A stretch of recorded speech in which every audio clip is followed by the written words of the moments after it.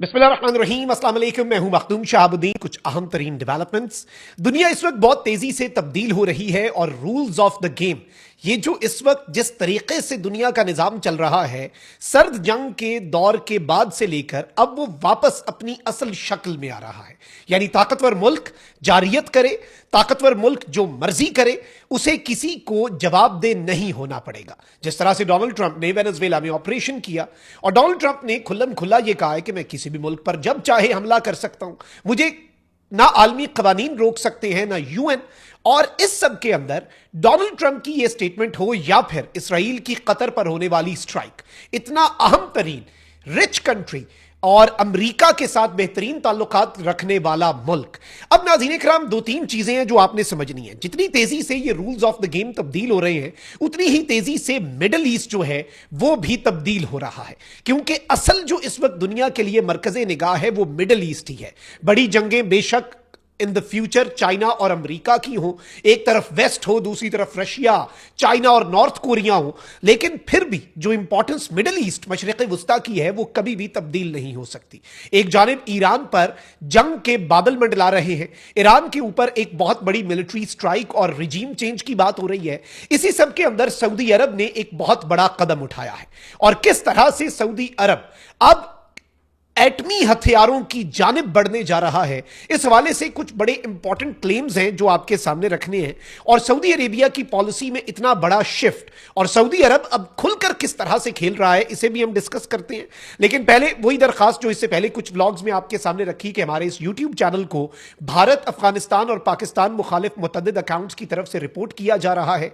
इस रिपोर्टिंग का असर जाहिर करना आपके हाथ में है। इस वीडियो को लाइक करें, एक के बजाय ज्यादा से ज्यादा कॉमेंट्स करें और अगर हो सके तो इस वीडियो को मुख्तलिफ व्हाट्सएप ग्रुप्स के अंदर आपने शेयर भी करना है।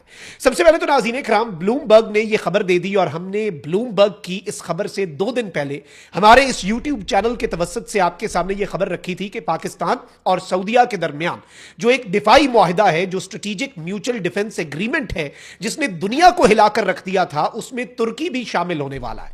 और बाद में हमारी इस खबर के 2 दिन बाद आलमी जरीदे ब्लूमबर्ग ने इस खबर के ऊपर ठप्पा लगा दिया कि टर्की इस वक्त एडवांस स्टेजेस में है। और उसकी वजह बड़ी सादा है, टर्की नेटो का हिस्सा है और अगर कोई मुल्क नेटो का हिस्सा है तो उस मुल्क को कौन सा डर, उस मुल्क को कौन सा खौफ। लेकिन वही बात जो मैंने इब्तदाइये में की और इसी से मैं सऊदी अरब को भी कनेक्ट करूंगा ताकि क्लियर पिक्चर आपके सामने आ जाए।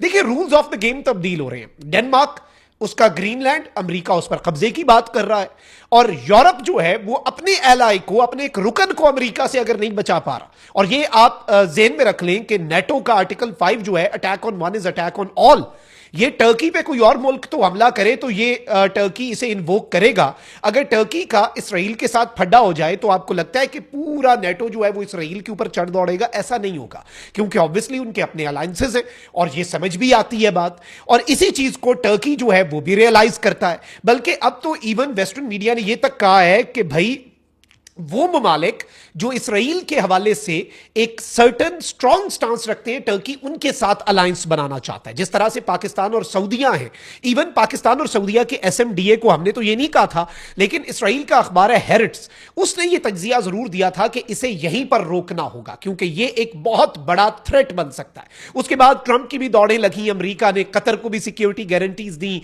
इवन सऊदी अरेबिया के साथ F-35 तक देने का जो मुआहिदा है वो भी किया। और इस सब के अंदर यह सब कुछ एक बड़े अलायंस को रोकने के लिए था। लेकिन अब जो चीजें हैं वो इतनी तेजी से तब्दील हो रही हैं कि आप उसका अंदाजा भी नहीं कर सकते। और ब्लूमबर्ग ने भी यह खबर दे दी और असल मतलब भी यही है कि टर्की जो है, याद रखिएगा कि पूरी दुनिया ने जब यह टर्की वाली खबर ब्लूमबर्ग की खबर के बाद दी तो उन्होंने पाकिस्तान के लिए जो वर्ड यूज किया वो यह था कि Turkey, Saudi Arabia and nuclear armed Pakistan. ये याद रखिएगा। इवन जब पाकिस्तान और सऊदीया ने एसएमडीए किया तो उस वक्त लोगों ने यह बात कही और इंटरनेशनल मीडिया तक ने ये हेडलाइंस लगाई कि मिडिल ईस्ट पर अब एक न्यूक्लियर अम्ब्रेला आ चुकी है। अभी आप ये देख लें कि इसराइल के जो इंडिया में एम्बेसडर हैं, उन्होंने इंडियन मीडिया से गुफ्तगू में कहा कि हमें पाकिस्तान कबूल नहीं होगा स्टेबलाइजेशन फोर्स में। इससे पहले टर्की के हवाले से भी यही बात की गई, टर्की पर भी इसराइल जो है उसके रिजर्वेशंस थे और अब पाकिस्तान के हवाले से भी रिजर्वेशंस हैं।